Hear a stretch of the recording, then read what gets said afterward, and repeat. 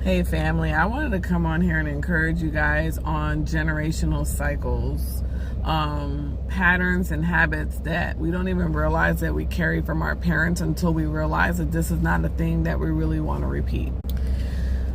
So this morning, as I was just kind of getting ready for work, I'm coming up on preaching a sermon, and one of the things that I've really been passionate about is breaking cycles over our family. Sometimes that is not the easiest thing, especially if you're chosen to break the cycle. One of the things that I've struggled with is just my pattern of thinking, right?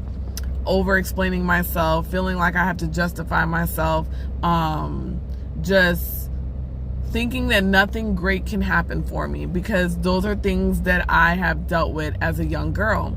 But one of the things that I realized when I had my kids is that a lot of things were exposed about me through my kids. And that doesn't mean that that's something wrong.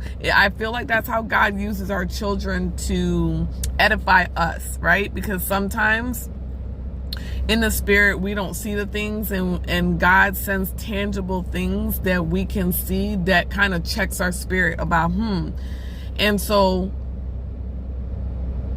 sometimes you can take a step back and look at your family and be like, oh my God, like I really went through the thing growing up, or man, my mom or my dad really did this, or man, this, that, or whatever.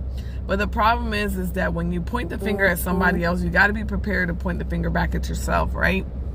So like when I was in my 20s, I used to blame my parents for a lot of things, right? But then I had to take accountability for my own actions. But then also, while taking accountability through my own actions, so much was exposed that I was able to realize that I don't want to carry this on to my grandchildren. Like, I just recently became a grandmother, and even though my son is older and my daughter is kind of like, in the teenage years, I still have time to sow seeds, to show them that how important it is to break the cycle, that they're the ones that are going to be chosen to break the cycle, because sometimes patterns, addictions, habits, or the things have been going on since our grandparents. And the thing is that think about back then, they didn't really have a lot of good structure. They didn't have a lot of things that they realized that this is not okay, right?